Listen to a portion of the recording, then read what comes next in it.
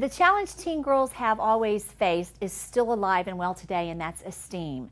So many girls want to know that they belong somewhere and they're valuable to others, and that others see them as something that's special, and they see something special in them. That's why girls often find themselves in compromising situations. They're desperate to be loved, so they do desperate things to get that love and approval, whether it's in a dating relationship or even in a friendship. Most girls enjoy being in a group where they have common interests with others, and when they can't find where they fit, we see things begin like cutting, binge eating, or other disorders begin to surface because they're trying to figure out, where do I fit, how can I feel good about myself, and when they don't feel good about themselves, they resort to things that are just detrimental to them. While loneliness is not the sole contributing factor to our girls' issues, it's certainly one that digs in hard to make our girls believe that they're invaluable and that they're unimportant. Another area that the girls told me that was difficult for all of them is communication with their parents.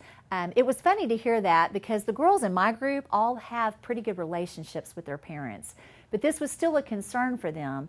They felt like their parents often didn't get them. For example, parents accused them of getting an attitude. That was one I heard a lot, when they really weren't getting an attitude. They were just tired or irritated by a friend, but they felt like their parents needed to take more time to look at what was going on in their lives so that they would understand them and not be frustrated, that they could see their frustration, their disappointment, or whatever may be happening that appeared to be attitude, but it wasn't.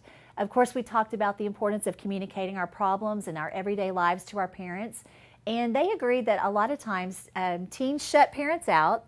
As a result, there's an entire chapter in Stand where the girls and I offer different scenarios with parents, and we offer healthy ways to respond to parents in those different scenarios. For example, how can teens approach their parents when they have to talk to them about a difficult situation? We offer some tips on starting a difficult conversation with your parents. First, we remind the girls that they need to find a time that works well for everyone. The more relaxed everybody is, the better. We also remind them to find a quiet area where there's no distractions, and then we encourage them to ask their parents about their day. Parents need to know that as teens that we care about them too. So we also need to be clear when talking to our parents. We need to be prepared to stay calm, whatever their reaction to the situation, and we need to let parents have their say. And then we need to thank our parents for listening to what we have to say. This lets our parents know that we're respectful of their opinion, and we also appreciate them for listening to ours as a teen. If the conversation goes south, we remind the teens to stay calm, thank their parents for listening to what they had to say, and then find out if there's another day that they can meet back on that topic until they feel like they've been heard. And that's the key.